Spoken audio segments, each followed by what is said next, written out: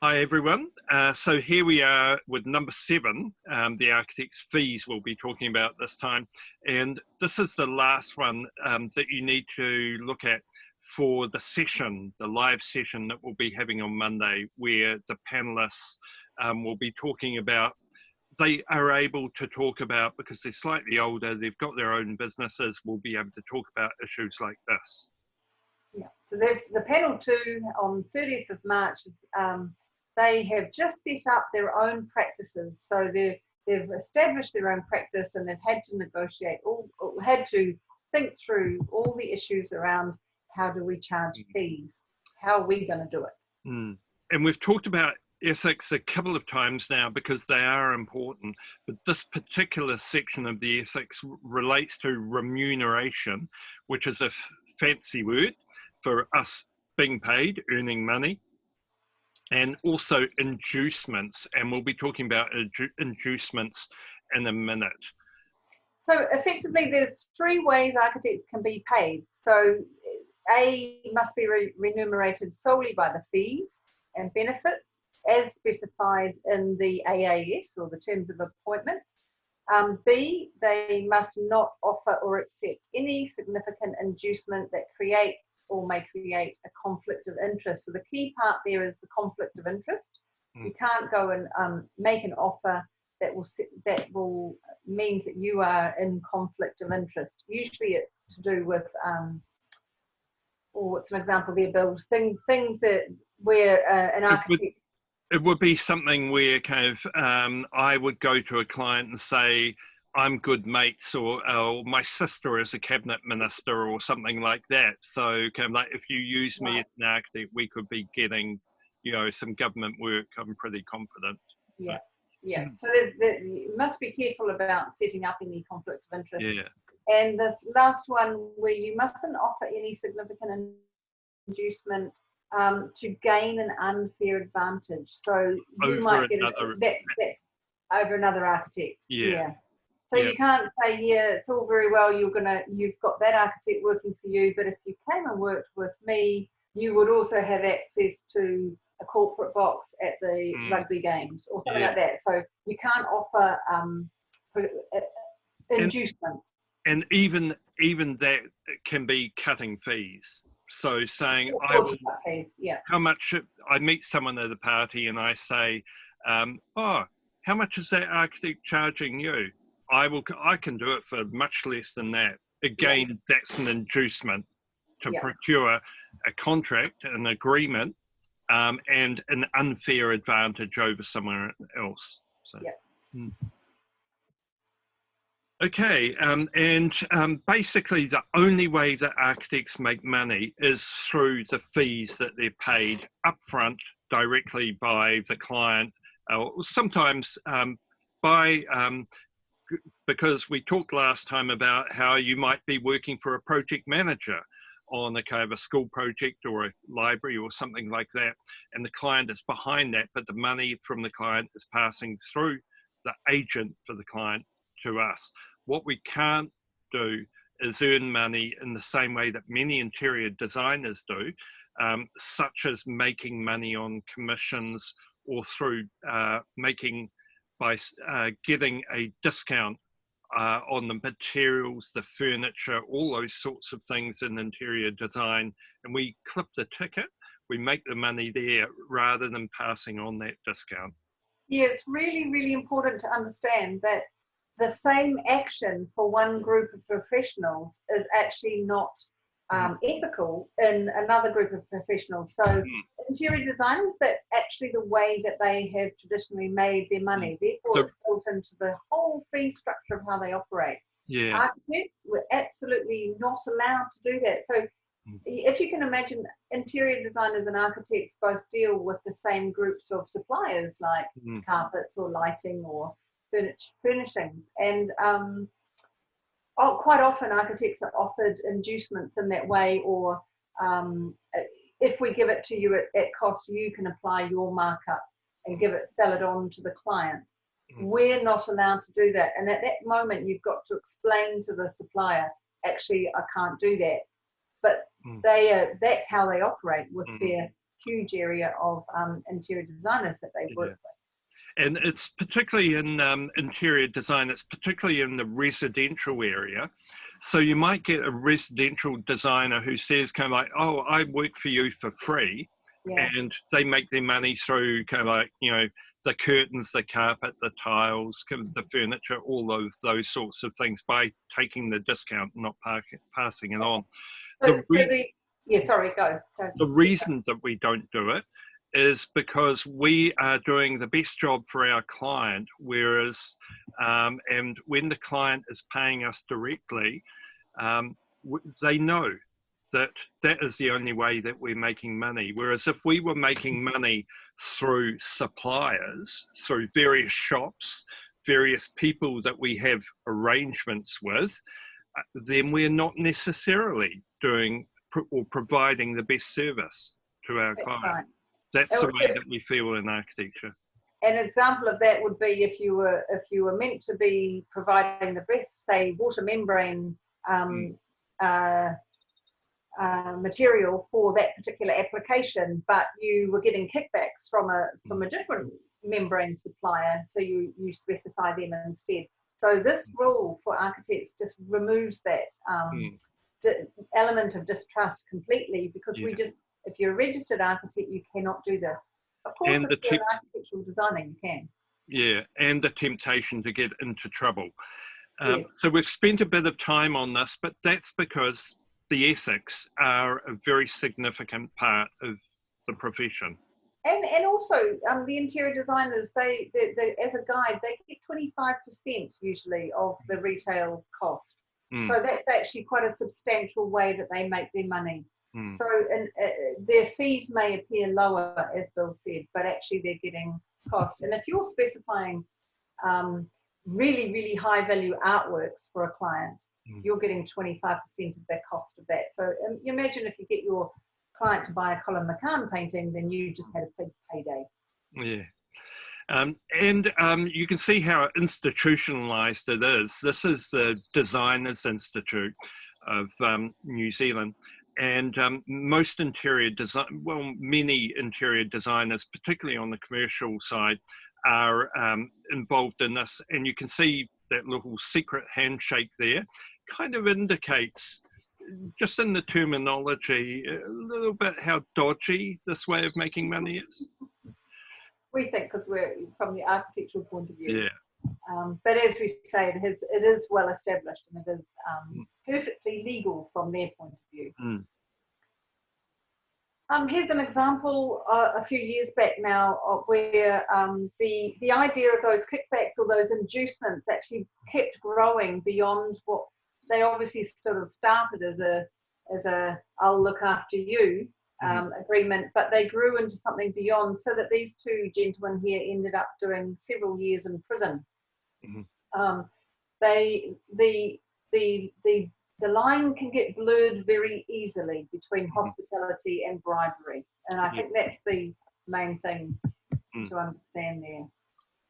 Just to explain that case a little bit, is on the left in the blue box is the client, and then we've got a supplier on the right.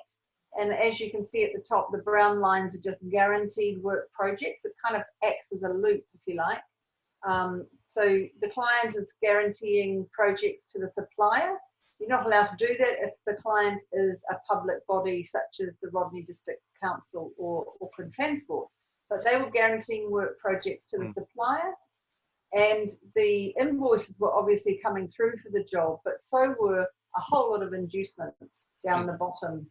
So forming that loop of work that meant that the guaranteed, therefore the tendering process was not completely fair to other tenderers. That the work was going to the supplier because of these inducements that were coming back the way.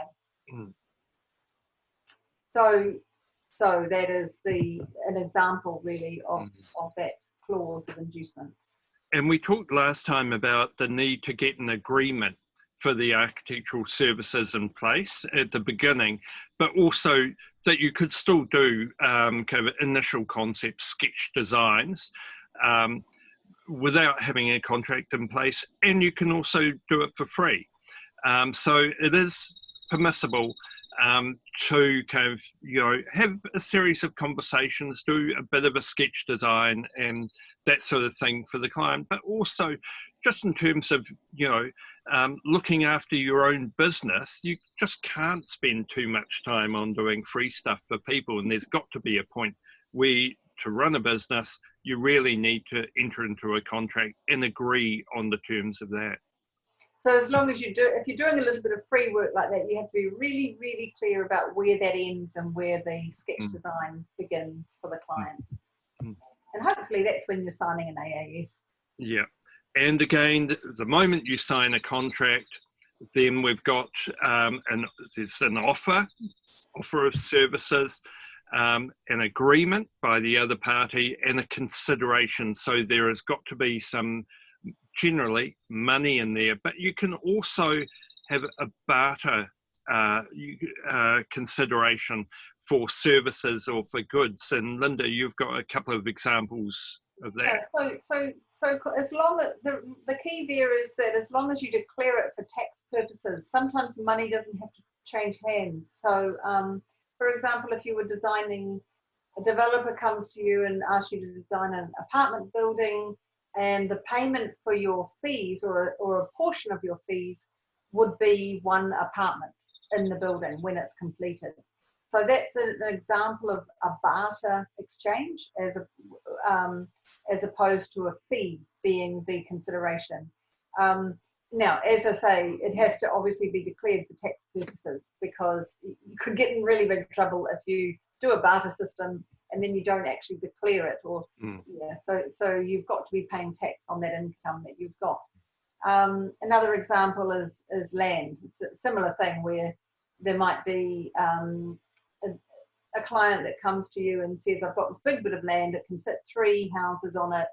I haven't got any money up front.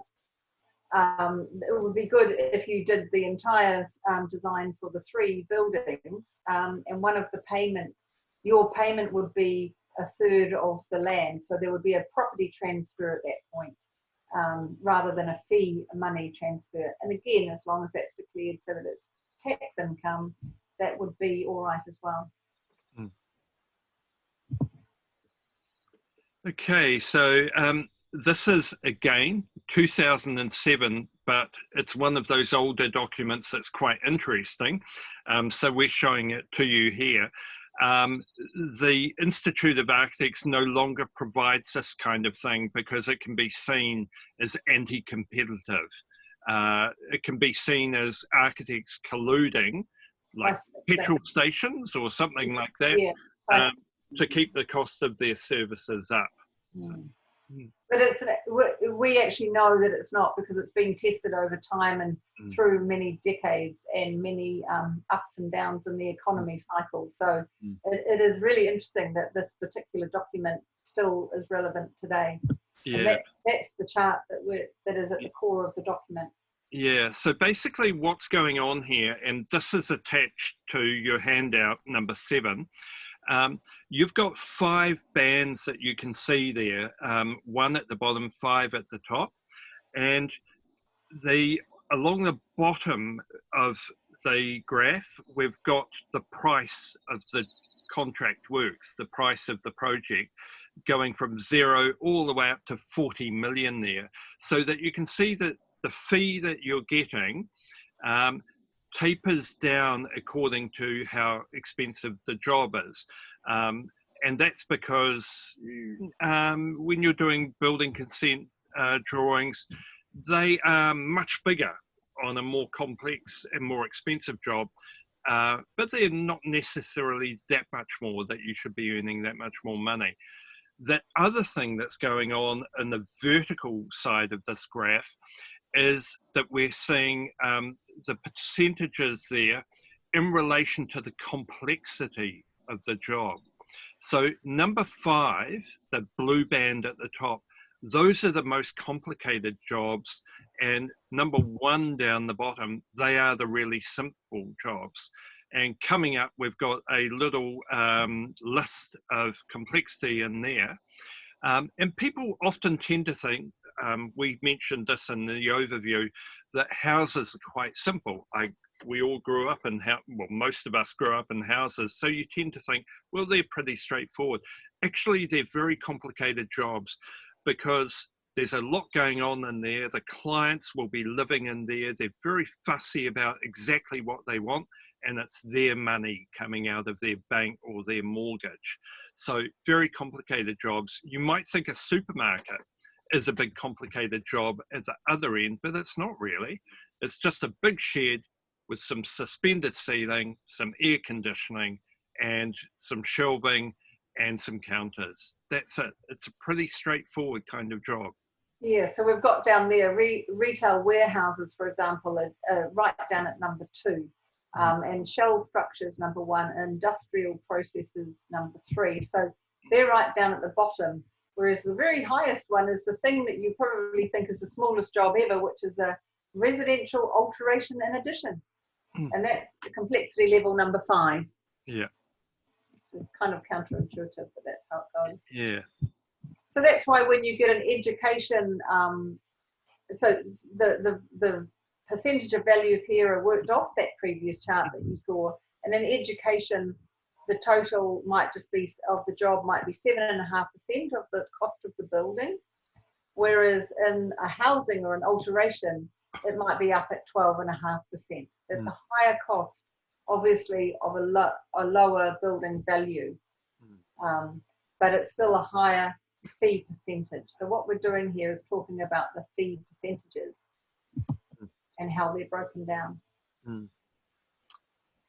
Now, you've got to be really careful when it comes to percentages. So we don't often, so we don't just say that our fee for the entire job will be 10% or 12% or 20% or something like that. The best way to do it is to, again, look at the stages of the job and then break the percentages down in relation to each stage. And this is where, because we all probably did art at school and gave up maths as early as we could, it starts to get a little bit tricky for us. So the trick really is just to go, when I'm talking about a percentage, is it a percentage of what? So if it's 13%, is it a 13% of what? So the previous example here, we had talked about the full fee for the job was 7.8% of the building cost, the construction cost of the job. Whereas here, we're talking about the breakdown within the stages, and stage 5, for example, documentation, is the bulk of the fee spread of the job. So that would be, just to really confuse you, 44.5% of the 7.8%. And the 7.8% is of the construction full cost. So that's when sometimes we talk about percentages, but we're talking about 2 different structures of percentages, if that's clear. Here's a much easier way to see it. And here you've got the job with the first stage preliminary design on the left, and then completion on the right. And you can see the big chunks where where the graph leaps up in the air, we're earning most of our money at the documentation stage, documenting the building for building consent and for construction. And then much lower after that, when we're observer, maybe doing some procurement, getting tenders, getting quotes for the job, identifying the builder to do the job, and then observing the job and administering the contract, as we learned about last year. And that tends to be quite constant, as you can see, as opposed to the up and down. So obviously, if you're running a practice, you need to actually organise your resourcing, meaning your staff or people that you're doing the work with in this area. That's where the most of the work is done in the office. So that's where you've got to allow your staff to be able to have time to work in that area, in that particular time of the project. Now, we've been mainly talking about percentages of the stages and the percentage. as a way that we calculate our fees. But there are other ways that you can earn your fees as well. So you can say a lump sum, and it's very common to mix these up as well. So I might say, okay, for a sketch design at the beginning, you pay me a lump sum of a couple of $1,000 and I will give you a little sketch design for that. And then if we proceed, then I'm doing it on a percentage basis for, say, the resource consent, the building consent, and the documentation to construct it. And then when I'm administering the contract or observing the job or both, I might say you can pay me an hourly rate depending on how we want to organise the whole thing. Mm. So some architects might work on the whole job being broken into the percentages and work on a percentage. And what that means is that if the cost of the job increases, then the percentage, the fee naturally increases with it. It gets around that kind of enlarging or decreasing of the brief without constantly needing to change your contract. However, when as we said earlier, some architects choose the hourly rate for every single one of those stages. It's unusual for clients to accept that because it's such a large project that could run off in terms of hourly rate. The lump sum, when you do a small bit of work in one of those stages as a lump sum, the client feels a little bit more protected by the cost not exploding. Sometimes they're happier with that.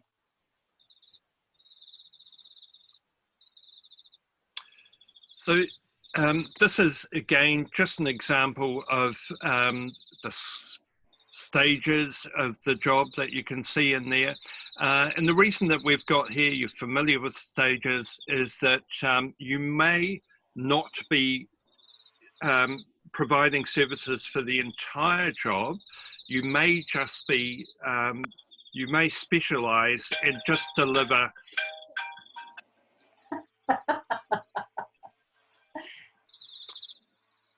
And we just had another glitch. My phone was ringing, but it is now on silent. So we shall resume.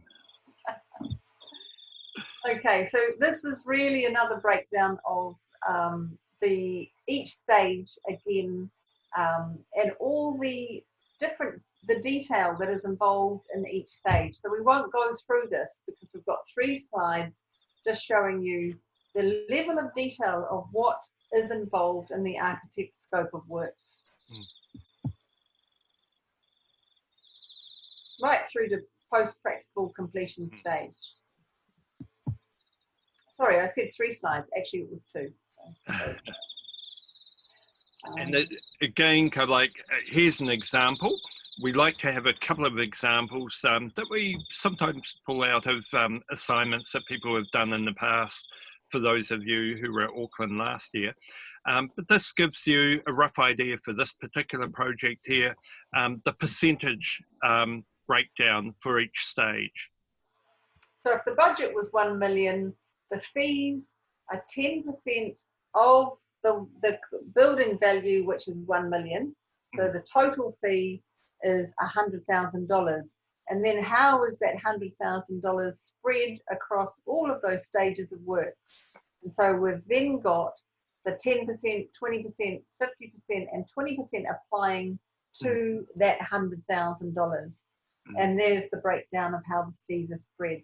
And so if you're setting up a practice and running a practice, then you're going to be working this out right at the beginning of every project. And then you're going to be working out who in your team is going to be assigned to which part of that project, which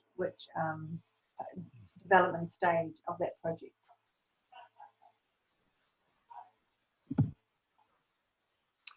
And this image again is, you can see, from 2002, but it's an example of the importance of practice notes. And again, because of worries about architects being seen to collude in establishing the price of the services that they'll provide.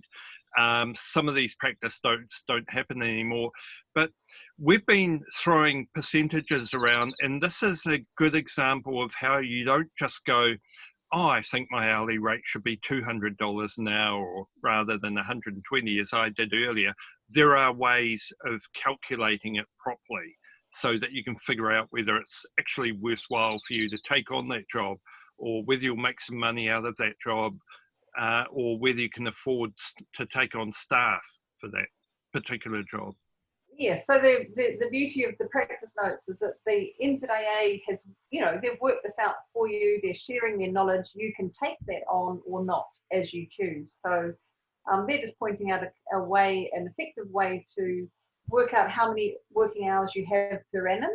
And then if you've got, you know, including holiday breaks, things like that, and then you calculate the ratio of projects to non-project time. So a lot of architects' time is actually downtime. It's actually CPD, continual professional education or development. And then so you've actually got to assess that you're not going to be charging all of your hours, even though you need to do all of the hours. And then you need to also account for the base rate for all of the staff or all of the other team members. So it's not just a straightforward thing, and they provide a really good setup for how you calculate these things.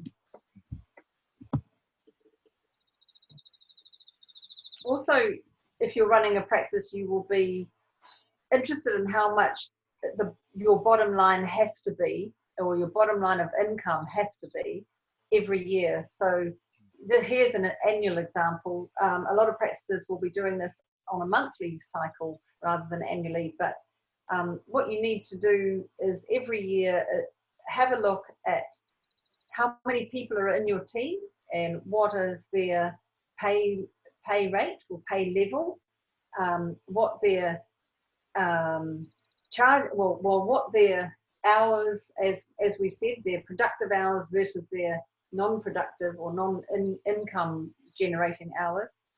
Then you do a calculation there where you get their charge out rate. That follows with how many billable hours that they have. Billable hours just meaning the ones that you're actually able to charge out against those professional development ones. And then you've got the total chargeable project time, and you tally up the last column there, and you get, this is how much income we need to produce this year to cover our staff and to cover our outcomes. And so therefore you're finding out what is your annual income required to run your practice. And if you drop beneath that, then you start worrying. And this is another way of calculating other aspects of the firm, such as your expenses, your overheads, all of those sorts of things as well. So we don't want to go into too much detail here. But so really, if you're going to be setting up your practice, you just need to have this has to be part of your work, your architectural vision, if you like. So you've got to include this, and it really does mean that you have to be of a particular character type. I think, if you want to go it alone and be your own boss, because and that's it. Yeah, and in future lectures that we have, we'll be talking about business models, and you can see that often in particularly the bigger firms or even partnerships, you have one person who's kind of very good at kind of like managing the practice, and another person who might have skills in other areas, such as getting work or doing design or something like that.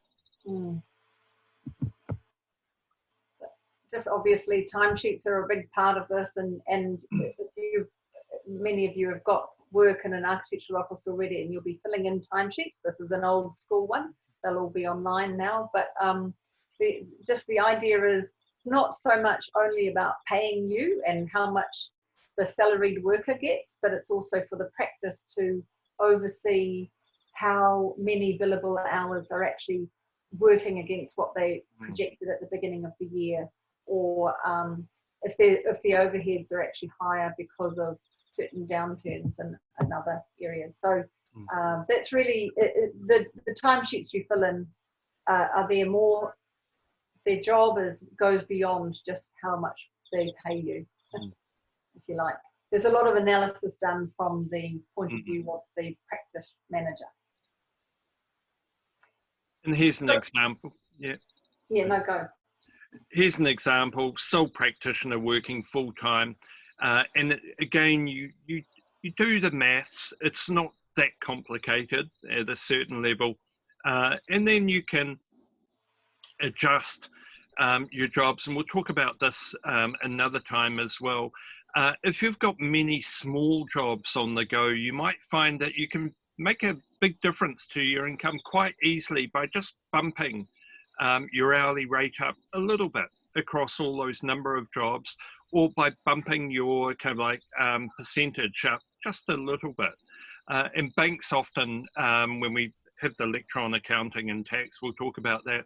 Banks often like to see you having lots of little jobs because it's easy, it's more flexible to adjust things rather than having one big golden goose that you think will lay one big egg for you.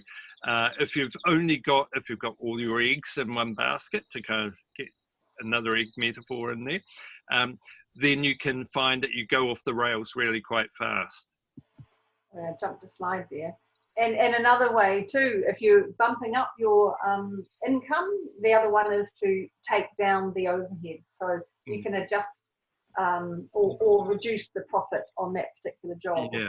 These things in here are adjustable. And but the point is that sometimes, here's another example where the architect actually ends up working a lot of hours and realizing that the profit is not there at all. So here's an example of what am I working for at all? And they've given a fabulous one of a sole practitioner working part-time. The NZIA's worst nightmare. So in this case, it happens to be somebody who's caring, a woman who is caring for children, but also, as Bill has mentioned, it can also be a person heading into retirement and cutting their hours back. Or it might be somebody who wants to continue practice while they do an academic work or sporting focus or something else of that nature. Yeah. So it doesn't always have to be a woman stuck at home with kids, but never mind. Yeah, but neither of us particularly liked that exemplar. So. No, especially I particularly didn't like it because I was stuck at home with two children working from home when I read this one, and it pointed out to me that actually I was making no income whatsoever. Yeah. So at that point, when you go away and do your own calculations, at that point I realized that the reason that I was doing what I was doing is to stay registered. Yeah. Through this period, and that was the value, and also the fact that I had flexibility. So that was the value for me rather than financial reward. But yeah, so the point of this exercise is to see that many architects in this position actually charge lower rates because the clients believe that they're working from home, they've got no overheads, but actually this particular person should actually assess whether they should put their rate up to cover all of the outgoings that they have. All right. And another one, and you can see there's actually some good do's and don'ts in here, and it's, you know, you can press pause on this and have a look through some of those. They are sort of quite good. I particularly like the first one under don't continue work on the project if fees are overdue by more than a couple of weeks. And just say to them, look, I'm sorry, I've got all this other work on, i.e. other people really value me, so I'm just going to have to work on that. So you don't necessarily have to put it negatively. You can put a bit of spin on it. Yeah, you just prioritize the works that are paid up to date. Yeah. Yeah. Another don't is don't undercharge, and we've covered that one already too. So yeah. A couple of the do's: limit free advice that you give out, and time given to clients who are just shopping around. So limit what you give out for free, and constantly review your fees as agreed as the project develops. So as we said earlier, sometimes the brief can grow enormously, and you realize if you don't change your fee agreement to suit the new brief, you end up doing a lot of work for free. So there's lots of these little do's and don'ts on this particular practice note. And we've talked about fee cutting a couple of times earlier on. It's just not good for the profession. You may feel fine about it when you're young, but if a whole bunch of young people undercut the fees of the profession, by the time those young people are slightly older with families or with employees, they find that it's not tenable to operate a practice. And when you go down particularly low in your fee cutting, I can think of an example of an apartment building. The developer was very, very pressurizing for this fee reduction. The architect gave in and did a very reduced set of drawings for the fees. As the building was going up, more and more detailing was required from the council, because this again happened through the leaky building. And while this was not a leaky building, the council was so obsessed about no longer getting new leaky buildings that the amount of documentation that was required to get the consent zoomed up very high, and yet there was a fixed fee agreement at a very low level. So in fact, this architect had to close their firm because of this one project. That's the kind of example that fee cutting can lead you into when you don't foresee it. This particular architect went to the NZAA actually for some help, and their response was, you've gone too low in your fee cutting, therefore we can't support you because we need to support the wider profession, and you were working against the profession by going too low. So again, this can be a very real example.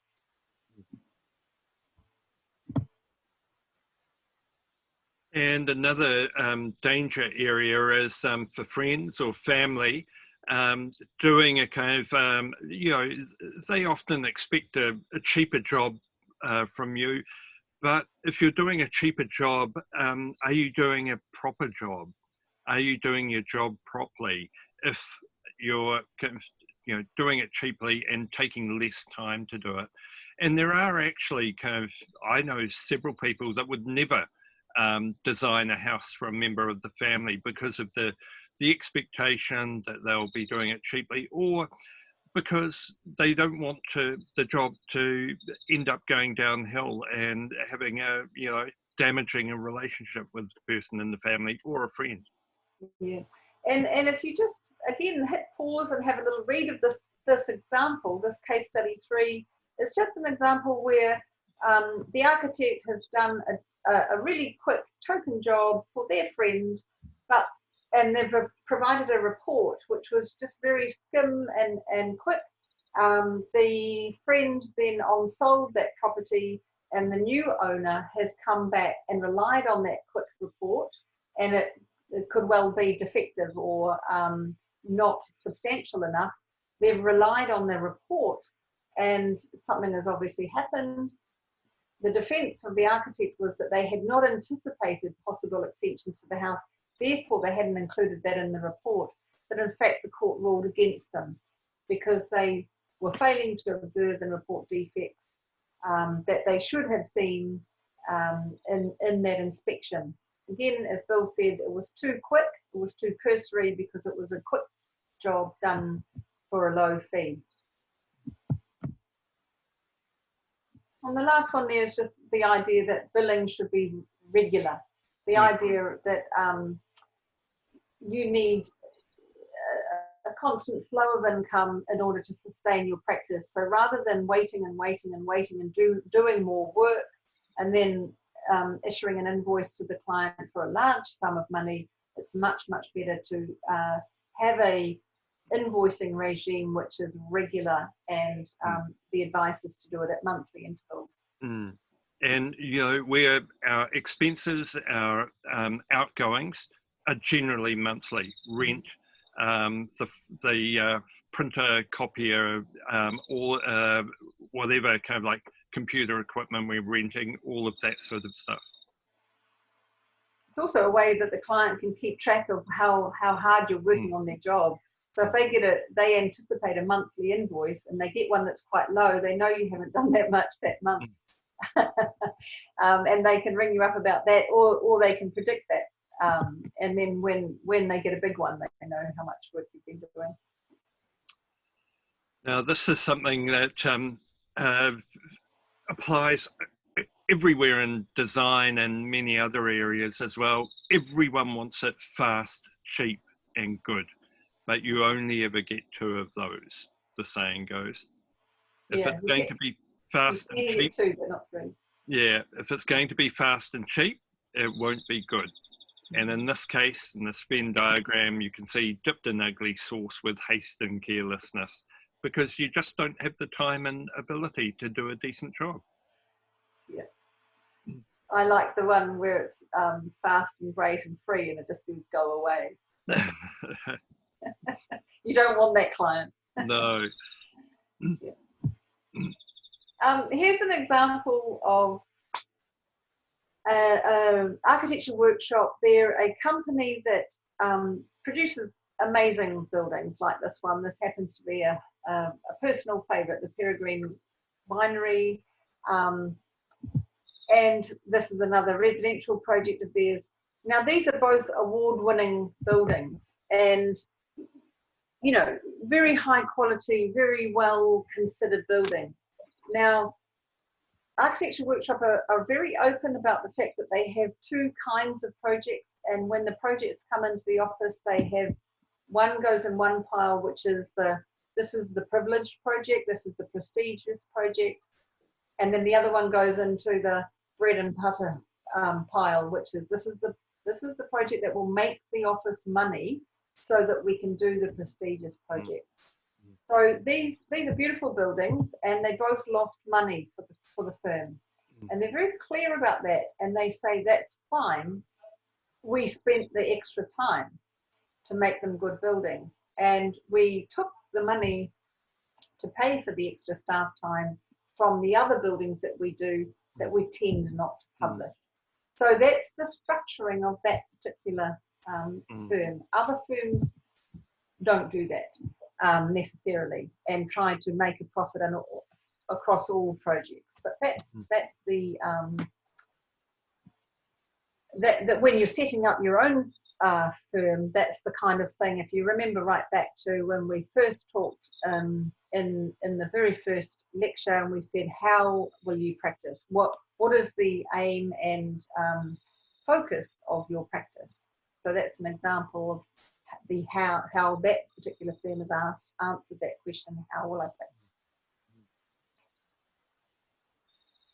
practice? Just moving into the remuneration now, just to let you know that the Institute does in the interim of every 3 years, I think, they do a remuneration survey, which just means that they ask all the architects out there how much they earn.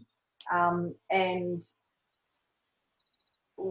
we've just tacked this on the end to this podcast about fees, just because generally graduates in your position or about to be graduates are concerned about how much money they're going to make when they graduate, or how much they should be making now. So we just sort of put this in, but please, as it says down the bottom there, fees are not to be confused with salary. They're different things. Salary is the thing you earn when you go and work for someone. Fees are the fees that the client will pay the practice, and then those fees get divided amongst the people who work in the practice. So fees are obviously very high, and that's what we've been talking about the whole lecture, but salary we're about to look at now.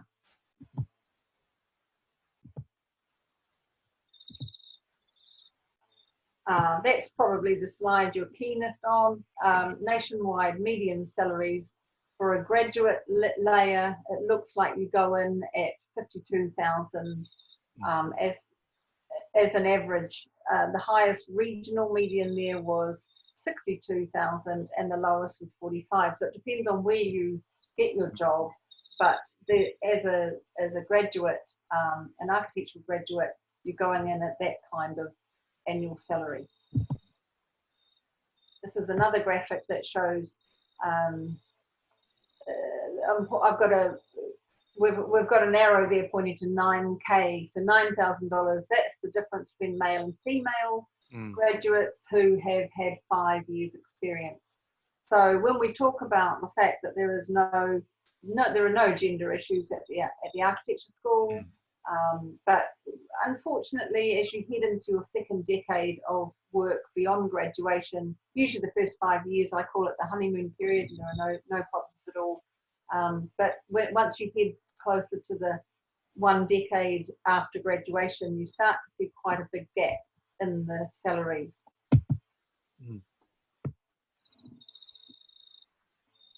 And this is another good example of that as well.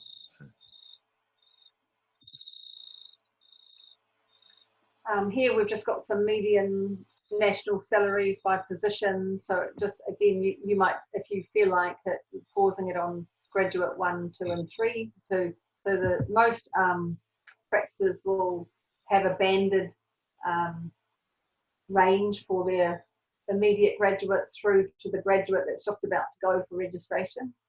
So you get 3 bands generally. And these we've just put in here because the grey ones are actually from the 2019 survey. So these are slightly updated on the initial ones, which are in the red. So we've got senior architects here, usually earning,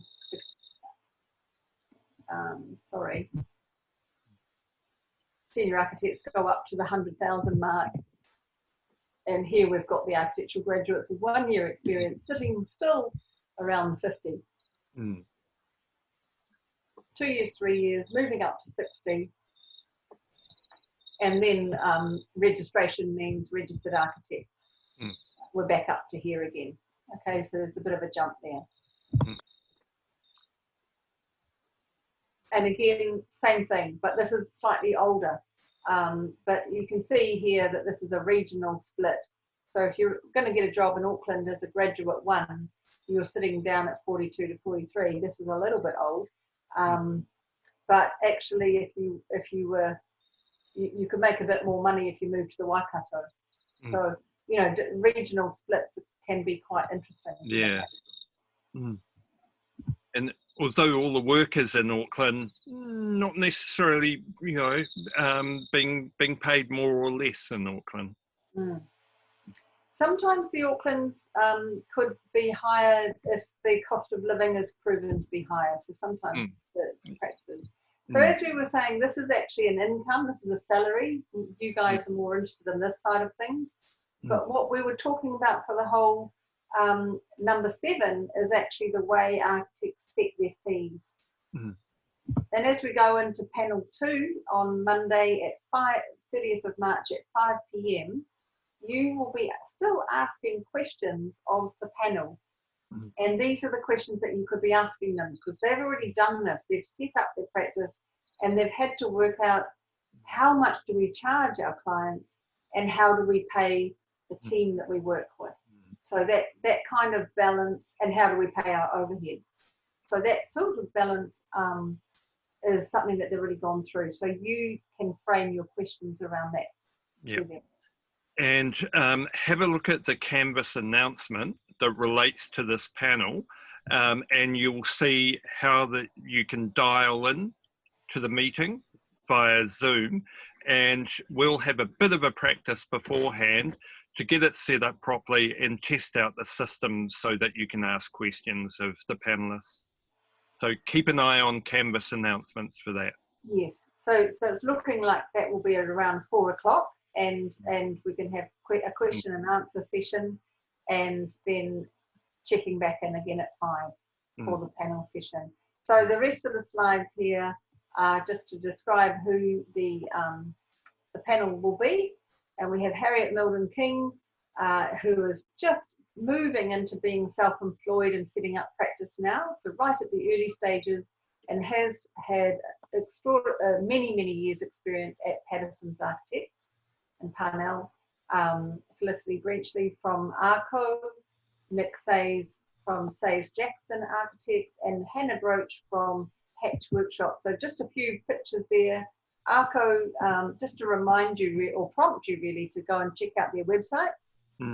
Arco is based in Northland and Auckland. They've got two offices, and they are very clear about their approach to collaborative design and also architectural education for pre-architects. So in other words, working with teenagers and bridging the gap in education. So they're also an education provider, which is a very, very radical practice structure to set up for an architectural practice. And again, we hope that you ask about that. Sayes Jackson Architects, small firm that's relatively recently set up.